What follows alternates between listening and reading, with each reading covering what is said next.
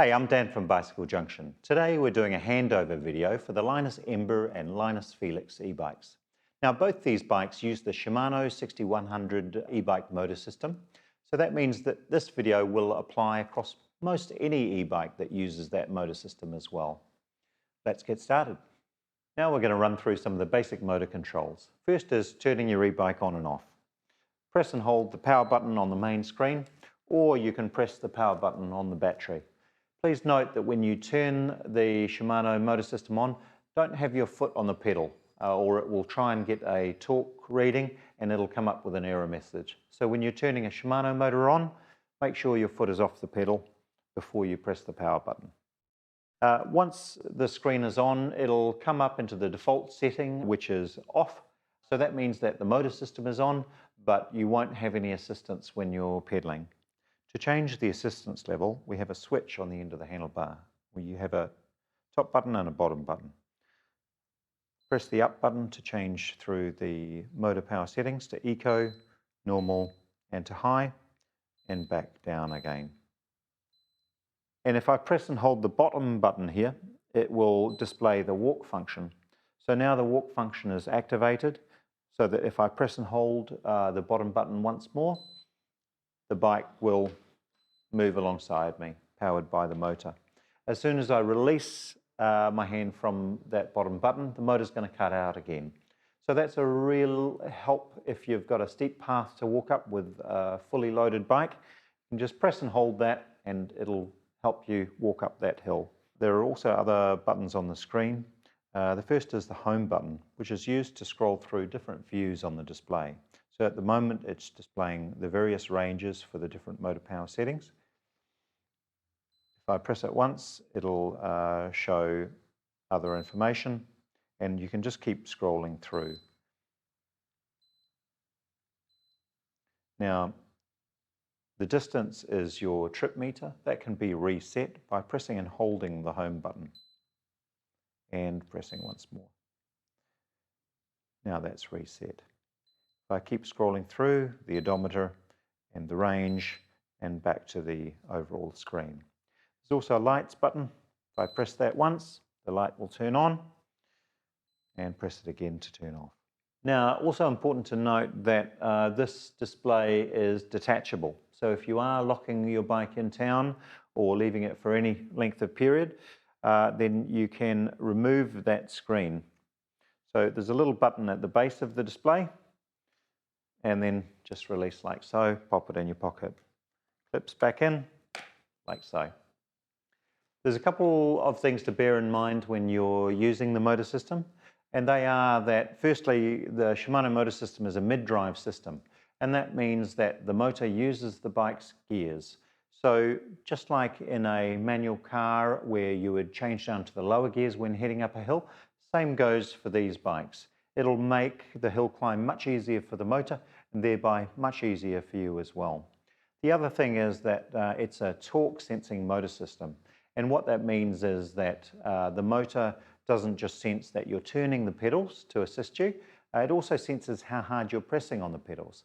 The harder you press, the more assistance it will give you back. In that regard, it's a very natural riding experience, and that if you want to go faster, press a little harder on the pedals and the bike will help you accordingly. Now, the easiest way to charge your bike is simply to plug the battery in while it's on the bike. So you'll see a little rubber flap at the base of the battery.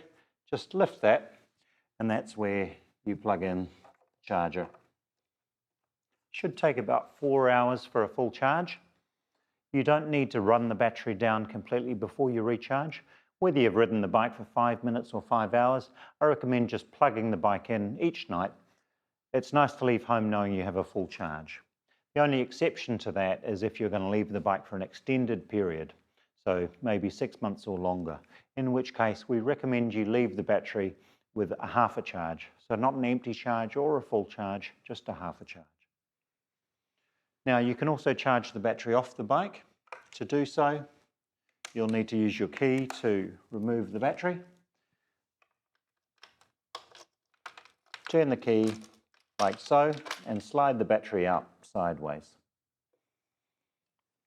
Now you can check the charge on the battery by pressing the button on the top of the battery, and the charge port of course is exactly the same point that you use when you're charging it on the bike.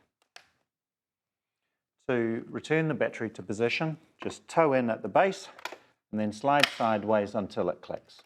Remove the key and then always give the battery a press just to make sure it's firmly locked in place.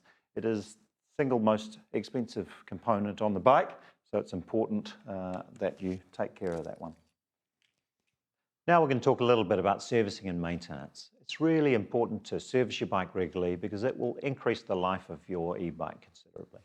So your first service will be booked between 300 and 500 kilometres. That's a complimentary service that we do for all e-bikes that we sell.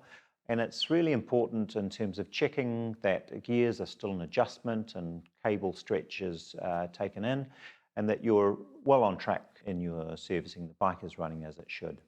Following that first service, we will book your service intervals for every 1,000 kilometres. So this means that you'll get a little spanner symbol will pop up on your screen showing that it's time to bring it in for a service. We book every 1,000 kilometres because that's normally when we see that things like brake pads need to be replaced. It's really important to capture that stuff before it has gone too far. Now there are also some things that you can do yourself to maintain your bike at home in between servicing. The most important two of those things are keeping your tyres pumped and lubing your chain. Now, in terms of the tyres, you can have a look in your Welcome to Your eBike card, and in there we will have written your recommended tyre pressures. So you can either pump it up at home if you have a pump with a gauge on it, pop down to the service station, or come and see us. But we recommend doing that every 2 to 3 weeks. Pumping your tyres will also greatly increase your range per battery charge, and it'll also greatly increase the wear life of your tyres. So the other thing that you can do is lubing your chain, particularly if you're riding in all weather. You can watch a video on that on our Tech Tips YouTube page where we show how to correctly lube your chain. When it comes time to book your service, you can also book online. Just go to our home page, click on Book Your Service and follow the questions to lodge your booking. Now with your e-bike, you'll also have received one of our Welcome to Your eBike cards.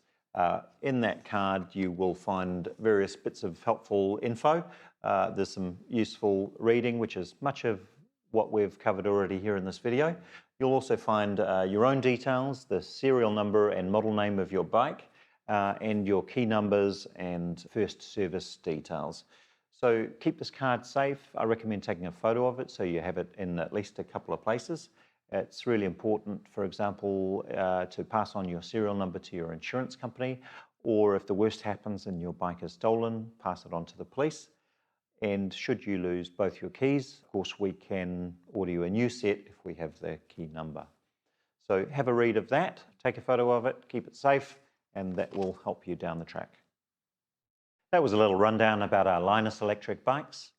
If you'd like to learn more about the tech on our bikes or about some of our other models, you can check out the rest of our YouTube channel or go to bicyclejunction.co.nz. Thanks for watching.